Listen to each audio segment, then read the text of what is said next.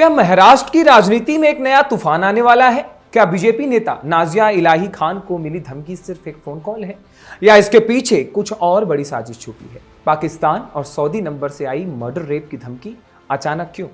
26/11 के शहीदों के कार्यक्रम में शामिल होने के बाद ही धमकियां क्यों बढ़ गई? और इसी दौरान नाजिया की निजी जिंदगी में भी एक बड़ा खुलासा हुआ। क्या पुनीत वशिष्ठ ने उनसे दो शादियां छुपाई? आखिर सच क्या है? यह भी एक बहुत बड़ा सवाल है।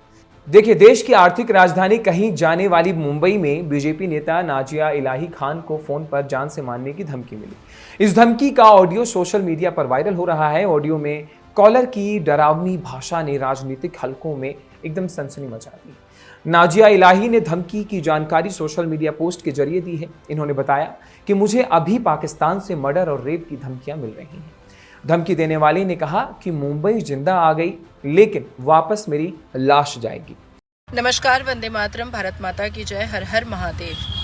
कल मैं महाराष्ट्र बॉम्बे के इंडिया गेट पर 26/11 के शहीदों के एक प्रोग्राम में थी, जिस प्रोग्राम को ऑर्गेनाइज्ड किया था महाराष्ट्र के सीएम की वाइफ अमृता फडणवीस ने, जहां पर अंबानी की पूरी परिवार भी आए थे और उन्होंने भी शहीदों को सम्मानित किया था। साथ साथ पहलगाम हादसे में जो हमारी बहुएं विधवा हुई थी उनको भी सम्मानित किया था और टेररिज्म के खिलाफ हम लोगों ने आवाज़ बुलंद की थी।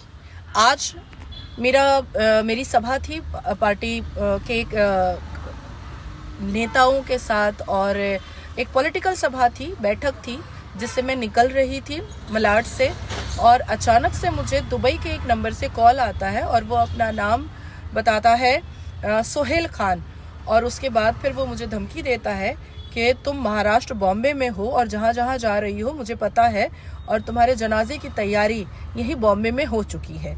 इसके अलावा जब मैंने उसका फ़ोन काट दिया क्योंकि मैं कार्यक्रम में थी, तो उसने मुझे अनकाउंटेबल, जो मैंने एक्स हैंडल पे भी डाला है, जो मैंने इंस्टा पे भी डाला है, अनकाउंटेबल टाइम उसने मुझे कॉल किया है और साथ साथ उसने मुझे वॉइस नोट भी किया है और इतनी गंदी गंदी गालियां उसने मुझे दी हैं जो शायद मैं नहीं सुन पा रही हूँ। मेरी माँ को गाली दिया गया है, मेरी बहन को गाली दिया गया है, मेरे पिता को गाली दिया गया है और मेरे लिए तो मतलब शब्दों की मर्यादा तो भूल ही जाइए, ना जाने कितनी गंदी गंदी गाली दी गई है। और खुले तौर पर उसने कहा है कि बॉम्बे आई तो हो पर डेड बॉडी जाएगी तुम्हारी बॉम्बे से। तो मैं चाहती हूँ कि महाराष्ट्र की पुलिस, बॉम्बे की पुलिस इस पर कार्रवाई करे और मैं अभी पुलिस स्टेशन ही जा रही हूँ। उसने एक बात कही है कि बंगाल की कोई बंगाली महिला है जिसने उसको मेरा ये नंबर दिया है। यह धमकी भरा कॉल सऊदी अरब के एक मोबाइल नंबर से आया जो कि सोहेल खान के नाम पर रजिस्टर्ड है। उन्होंने मुंबई पुलिस ने कार्रवाई की मांग की है और बीजेपी नेता ने क्या कहा ये भी आप समझ लीजिए। बीजेपी नेता नाजिया इलाही ने एक्स ट्विटर पर लिखकर अपने एक पोस्ट किया जिसमें नमस्कार, वंदे मातरम, भारत माता की जय, हर हर महादेव। कल मैं मुंबई के इंडिया गेट पर 26/11 आतंकी हमले के शहीदों के एक प्रोग्राम में थी। इस प्रोग्राम को महाराष्ट्र के सीएम की पत्नी अमृता फडणवीस ने ऑर्गेनाइज किया था, जहां पर चर्चित हस्तियां मौजूद थी। उन्होंने भी शहीदों को सम्मानित किया था। साथ साथ पहलगाम आतंकी हमले में जो हमारी बहनें विधवा हुई थी उनको भी सम्मानित किया गया। इस दौरान टेररिज्म के खिलाफ हम लोगों ने आवाज़ बुलंद की थी। लेकिन उन्होंने आगे कहा कि आज मेरे साथ बहुत बड़ी बात हो गई। पार्टी के नेताओं के साथ और एक पॉलिटिकल सभा थी जिसके लिए मैं निकल रही थी, तभी अचानक मुझे दुबई के एक नंबर से कॉल आता है और वह अपना नाम सोहेल खान बताता है। उसके बाद फिर वह मुझे धमकी देता है कि तुम महाराष्ट्र मुंबई में हो और जहाँ जहाँ जा रही हो मुझे सब पता है। तुम्हारे जनाजे की तैयारी यहीं मुंबई में हो चुकी है।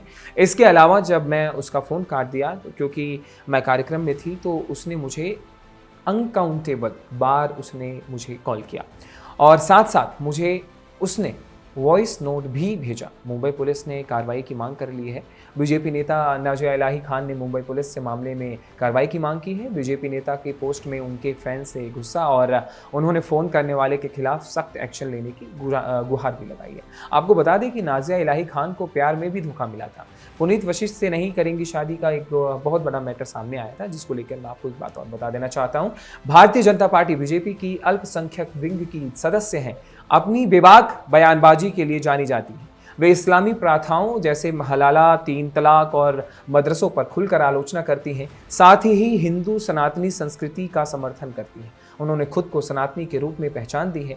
नाजिया, जिन्होंने पुनीत के लिए करवा चौथ का व्रत रखा था, अब वह उनसे शादी नहीं कर रही हैं क्योंकि सपोर्ट नहीं मिल रहा है। बेहद वो हैरान रही हैं जो भी वो मामला हुआ। उन्होंने अपने इंस्टा हैंडल पर वीडियो शेयर करते हुए बयान कहा था कि जो लोग मुझसे शादी की बधाइयाँ दे रहे हैं, मैं उनकी आभारी हूँ, लेकिन यह शादी अब संभव नहीं है क्योंकि एक्टर है पुनीत वशिष्ठ, बहुत अच्छी एक्टिंग किया है और पूरे परिवार ने मिलकर। पुनीत का तलाक अब तक ऑस्ट्रेलियन बीवी के एक साथ नहीं हुआ। कानूनी तरीके से उनकी बीवी अभी भी ग्लोई हैं और वो अब गोवा में रहती हैं और उसने काफ़ी सारे प्रूफ भी भेजे। जैसे देखिए, जिसमें पुनीत के खिलाफ अग्रेशन के, बदतमीजी के और पैसे के हेरफेर जैसी हरकतें शामिल हैं। दूसरी बीवी का भी खुलासा हुआ। वहीं नाजिया ने पुनीत की बीवी भारतीय शादी का भी खुलासा किया जो उन्होंने एक चांद नाम की अधोरी बंगाली महिला से किया था। देखिए, जब वह अमर गांव में शूटिंग करने के लिए गई थी, जिसके साथ वह महाकुंभ में भी गए थे, जिसके सबूत मेरे पास हैं, वह महिला पुनीत के बीमार होने पर उनके साथ खड़ी रही। लेकिन जब उन्हें मेरे ऊपर डोरे डालने थे तब उन्होंने चांद से लड़ाई की और अलग हो गए। देखिए, नाजिया ने वीडियो के अंत में चांद और ग्लोई का आभार व्यक्त, उन्होंने मुझे पुनीत का असली चेहरा लाने में मदद की, वो सबूत के साथ। देखिए, नाजिया के साथ जो भी हुआ, 2 हादसे थे, दोनों के बारे में मैंने आपको बताया। कमेंट सेक्शन में ज़रूर बताइएगा कि आखिर इस तरीके की धमकियों के बाद एक महिला क्या ही कर सकती है।